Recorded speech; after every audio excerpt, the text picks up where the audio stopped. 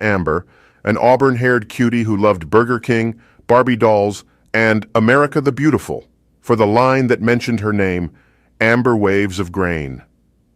Jimmy Whitson kept 2 bicycles at the house for the grandkids, and Amber and Ricky asked if they could go for a quick ride on the sunny winter day.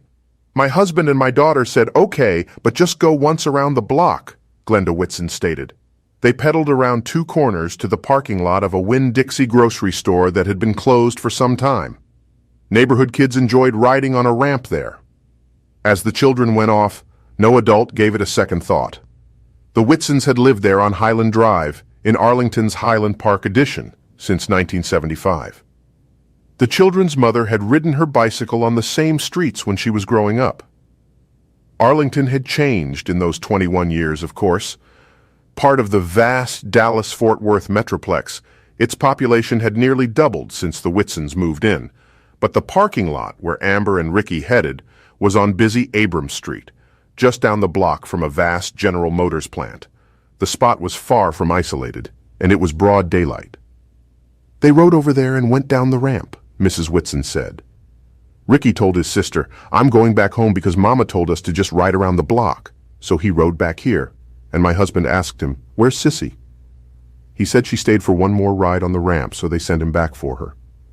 Ricky Hagerman left, but returned a minute or 2 later and said, "I can't find Sissy." Jimmy Whitson jumped in his truck and sped to the parking lot. He spotted a police car there and pulled up to it. The officer told Whitson that a man who lived nearby heard screaming and saw a man carry a young girl into a pickup truck. The witness called 911, and the officer raced to the scene just moments later, but all he found was a bicycle. Jimmy Whitson's heart sank. He said, "That's my granddaughter's bike." In recounting this series of events 10.5 years later, Jimmy Whitson's wife let out a long sigh. "That was it," she said. 8 minutes. 8 minutes from the time she rode away on her bicycle until that man called 911. People have to know that this is how fast these things can happen. The abduction of Amber Hagerman in Arlington was followed by a sad tableau that has become familiar in modern America. Loved ones of the girl appeared on television to beg for her safe return. "Please don't hurt my baby," the children's mother cried. "She's just an innocent child. Please, please bring her home safely. Please." The media interviewed the lone witness, Jim Kevill, who had phoned 911 after hearing Amber's screams. "I saw her riding up and down the vacant lot," he told reporters. "She was by herself. I saw this pickup. He pulled up, jumped out, and grabbed her. When she screamed, I figured the police ought to know about it, so I called them. I wish I had known more. I did all I could do." Kevill described the man as not big, but very fast. He was white or Hispanic, and his truck was dark, but he was too far to give much more detail. Police theorized it was a stranger abduction. In a typical year, 750,000 American children are reported missing, according to the National Center for Missing and Exploited Children. The vast majority are runaways or family abductions. Roughly 100 stranger abductions of children are reported each year, one every 3 or 4 days on average. But stranger abductions are in the most troubling category of missing children because 9 out of 10 victims are female, half are sexually assaulted, and 3 out of 4 are killed within 3 hours. In those cases, every moment following an abduction is crucial. The truck driven by Amber Hagerman's abductor was seen outside a laundromat near the Winn-Dixie Plaza before the girl was snatched. Police theorized it was an impetuous crime of opportunity since Amber had no established pattern of riding her bicycle there at that time of day. The man likely watched Amber and Ricky ride into the parking lot together. He pounced on the girl just moments after her brother left to ride back to his grandparents' home. Eyewitness Kevill said he watched the man drive west out of the parking lot and disappear. The abduction was front-page news in Texas. Police were hopeful that other witnesses would step forward, perhaps someone who had seen the feisty girl struggling with her abductor as he tried to drive. Police and the FBI formed a special task force to investigate, and the girl's smiling image became omnipresent in the Dallas metroplex. Coincidentally, a local TV station had been working on a story about Donna Hagerman's struggle to get off welfare, and the station released a videotape of the girl to other media outlets. Her image became so widely known during the investigation that the local police chief would later call Amber Arlington's child. But the investigation would have no happy ending. No additional witnesses were found, and the pleas of Amber's loved ones went unheeded. 4 days after the abduction, a man walking his dog spotted Amber's naked body in a creek bed near an apartment complex in North Arlington. The girl's throat had been slit. 3 weeks after the abduction, authorities released a psychological profile hoping to smoke out the killer. The profile suggested the man was at least 25 and lived or worked near the spot where he dumped the body. Authorities revealed that the girl was alive for 2 full days after she was abducted, which likely meant there was a crime scene rife with physical evidence somewhere in the Dallas area. Police theorized that something caused the killer to snap an argument with a loved one, a rancorous domestic dispute, or the loss of a job. They said the killer's personality or appearance might have changed as a result of the trauma. Police spokesman put it, "Our hope is someone out there will hear this and will think, gee, this sounds like someone I know." Plenty of people had that reaction. Police pursued some 5,500 leads in the 18 months following the murder, but none led to the killer. In the summer of 1997, after investing more than $1 million in the Amber Hagerman investigation, Arlington police disbanded the task force. The murder remains an open investigation today, but the girl's grandmother said her hope is flagging. "They don't really have much to go on with the few fibers they found on her body, they tell us," said Glenda Whitson. "They're still working on it, and they call us now and then. They say they'll never give up."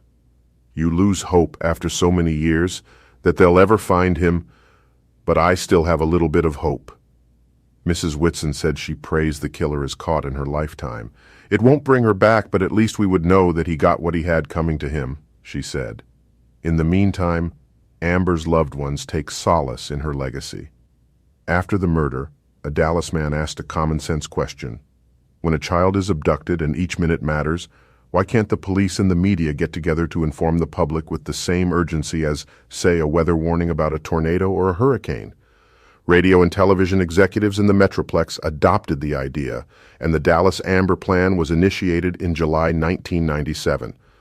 Under the plan, police provide broadcasters with timely information about abductions, including photos and descriptions, so word can be spread immediately to the public. 16 months later, the Amber Plan proved its worth. Sandra Fallis, a babysitter with a drug problem, disappeared with an 8-week-old child. An alert went out and Fallis was apprehended within 90 minutes when a driver who heard the alert spotted the woman's truck. The child was safely returned. Houston set up its own Amber Plan in 2000, and 2 years later, Texas instituted a statewide Amber Alert. That same year, the U.S. Justice Department began coordinating the program for states and cities. Today, all 50 states and hundreds of cities have Amber Alert plans. Glenda Whitson says she has always stopped cold when she hears her granddaughter's first name on TV or radio. "My heart drops down to my shoes," she said, "because I know just what those people are going through." She calls the Amber Alert system the right legacy for her granddaughter. "It feels good when some child is brought home and our baby helped," said Mrs. Whitson. "You just look up to heaven and say, 'You did it again, baby.' Of course, I know sometimes it doesn't turn out well, but the Amber Alert gives them something more to go on from the very start." As more states joined the Amber system over the past decade, the number of children recovered rose sharply from 8 in 1999 to 26 in 2002 to 72 in 2003. And as of 2023, a total of 1,127 children have been safely recovered with the help of Amber Alerts. It has turned out that automobile descriptions and license numbers often are the most valuable information in successful Amber Alerts. Among examples, in June 2006, 2 toddlers were taken from their grandparents by the children's father, Katrin Walker. An Amber Alert was issued because the man had threatened violence. A citizen who saw the alert on television spotted the suspect's car near a lake and called the police. Walker stabbed to death one of his sons, but the other child was safely recovered. Mary Winkler, accused of murdering her preacher husband in Tennessee in March 2006, was apprehended 2 days after the shooting when a police officer in Orange Beach, Alabama, identified her van from an Amber Alert. The couple's 3 children were found unhurt in the van. In November 2005, an adult sex offender abducted a teenage girl in Hialeah, Florida. An Amber Alert was announced on electronic highway signs in the state, and a motorist who saw the alert spotted the car traveling in front of him. Police stopped the offender, who released the girl before killing himself. In January 2004, an adolescent girl was abducted by her uncle in Baltimore. A regional Amber Alert was issued, and 3 separate motorists called authorities after seeing the suspect's car near Stafford, Virginia. He was arrested, and the girl was rescued. In May 2003, an 11-year-old girl in St. Cloud, Minnesota was abducted by a 21-year-old houseguest. An Amber Alert was issued in several states, including Utah, where the man had ties. A Utah state trooper who saw the alert spotted the suspect's car and arrested him. The girl was returned home. Amber Alerts have become a small industry with an annual national convention for those who work on the systems, a new Amber Alert awareness postage stamp, and a plethora of websites. But the system is far from perfect. Different local and state jurisdictions often make varying judgments as to whether an alert is warranted. Some places, for example, have used Amber Alerts to help find Alzheimer's sufferers who wandered off, while others reserve the system for missing children. Amber Alert overuse has been an issue from the beginning. 6 alerts were issued in Dallas during a single month in 1999, and both the media and law enforcers fretted that the public would become numb by the frequent reports. The federal government now recommends that alerts be limited to cases of children 17 and younger who are believed to be in imminent danger as a result of an abduction. The guidelines also suggest that alerts be issued only in cases where there is sufficient information on a suspect's description or a car's make and model, for example, to enable the public to help recover the child. But the guidelines force police agencies to make judgments about which missing persons deserve alerts, an old law enforcement bugaboo. Over the years, the loved ones of dozens of disappeared teenagers have been infuriated by law enforcement's refusal to take a missing person report before a waiting period of a day or two. The fury becomes even more acute in cases where the child turns up dead or permanently missing. Police say they cannot drop everything to search for each of the 2,300 American children reported missing each day. Most of the cases are runaway teenagers, custody disputes, or misunderstandings. Yet Amber Alerts are fraught with inconsistency. Some states appear particularly quick to issue alerts that do not meet the federal criteria. Missouri, for example, issued an Amber Alert after a man took his 2 sons from their maternal grandmother's home, even though the father had court-mandated access to the children. A number of Amber Alerts have been issued by small police agencies that appeared unaware of the federal guidelines. In other cases, parents of runaways or parties in custody disputes have pressured both the police and the media to issue alerts. And those are the cases that threaten to bring about what some call Amber Alert fatigue. The system was designed for confirmed abductions, a tiny fraction of missing child cases, not as a tool to help bring home every kid who goes missing. It has not ever been meant for missing children, lost children, or child custody cases, the Fort Worth area sheriff told the media. Almost at times, the plan is a victim of its own success because now everyone wants it used when a child is missing. Some experts also fear that overuse of alerts could cause crime hysteria in the country by giving the impression that abductions are routine, even though they are rare. But what parent wouldn't demand all the resources available to find a lost child? This visceral instinct often leads to conflicts with law enforcers. For example, no Amber Alert was issued when Brianna Maitland, 17, went missing in Vermont in 2004. The girl's father, Bruce, became increasingly critical of the slow-footed, close-mouthed response of the police. Vermont State Police appeared to retaliate with a press conference at which a lieutenant cited Brianna's very questionable background involving drug use and some unhealthy lifestyle choices in her life prior to her disappearance. Bruce Maitland was stunned. In an interview, he called the press conference a dirty tactic to trash Brianna, which eased the pressure to solve the disappearance.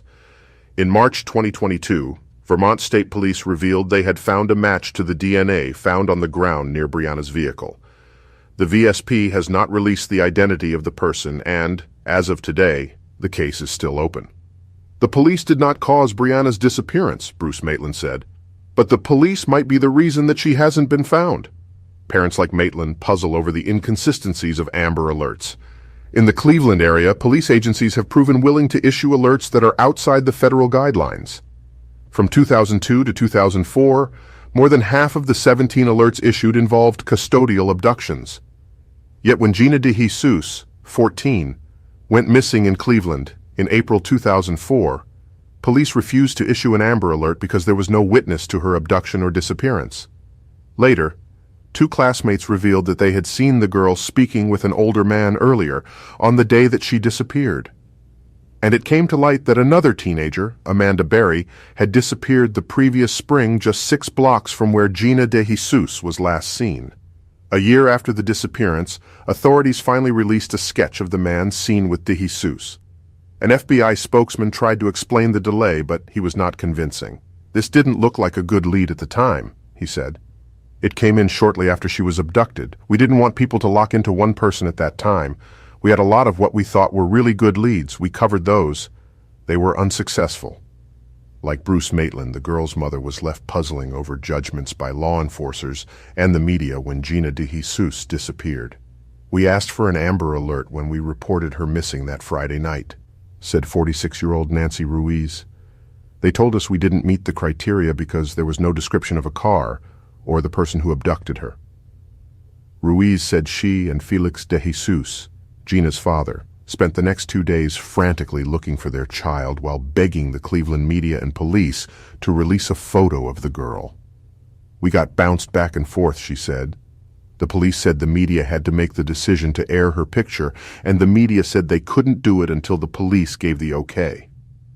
TV stations finally began airing Gina DeJesus's photo on Sunday broadcasts. "They say every second counts when a girl is abducted, and for 36 hours we got nothing," Ruiz said. "Whoever took my daughter got a 36-hour lead and all because they wouldn't issue an Amber Alert. He could have had her all the way to Canada by the time her picture was on TV." This one had a happy ending, though. A man named Ariel Castro abducted Gina and 2 other girls. One of those girls was Amanda Berry, the girl missing 1 year prior. The third girl was Michelle Knight. All 3 girls were imprisoned at Castro's home until 2013, when Berry successfully escaped with her 6-year-old daughter, to whom she had given birth while imprisoned, and contacted the police. Castro was sentenced to life in prison and caught the bus with bedsheets after a month behind bars. Being imprisoned himself was no fun, I guess. Judy Martin, a victims' rights advocate in Cleveland, said Amber Alerts are underused, too restrictive, and too subjective. "Too many kids get left out and are lost because of arbitrary decisions by law enforcement," said Martin, founder of 2 support and advocacy groups, Survivors, Victims of Tragedy, and Black on Black Crime. "It's unconscionable." She cited the case of Shakira Johnson, 11, who disappeared from a dance in Cleveland in the fall of 2003. Police declined to issue an Amber Alert, even though witnesses saw the girl get into a red car, a basis for an alert under federal guidelines. The child's dismembered body was found in a vacant lot a month later. Martin did not buy the Amber Alert fatigue argument, that overuse of the system will lead to the same yawning response that people eventually had to the faces of missing children on milk cartons. "I think that's ridiculous," she said.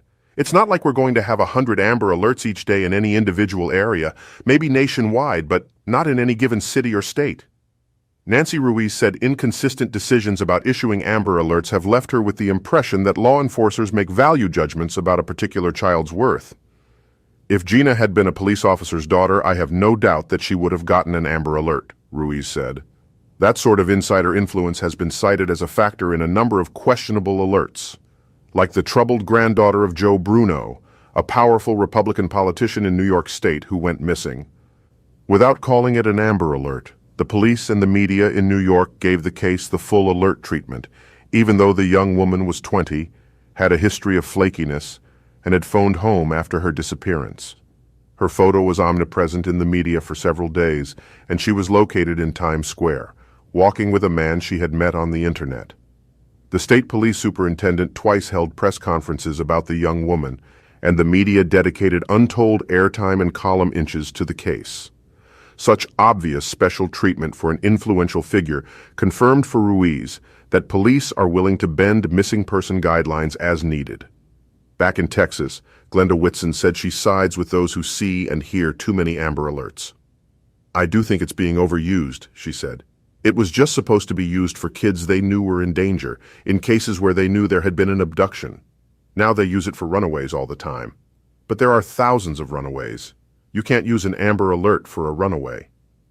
Her opinion counts.